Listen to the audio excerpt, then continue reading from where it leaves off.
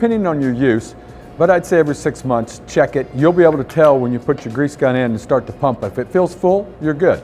You don't want grease pushing out around the bushing, so I'd check it every 6 months and you'll be fine.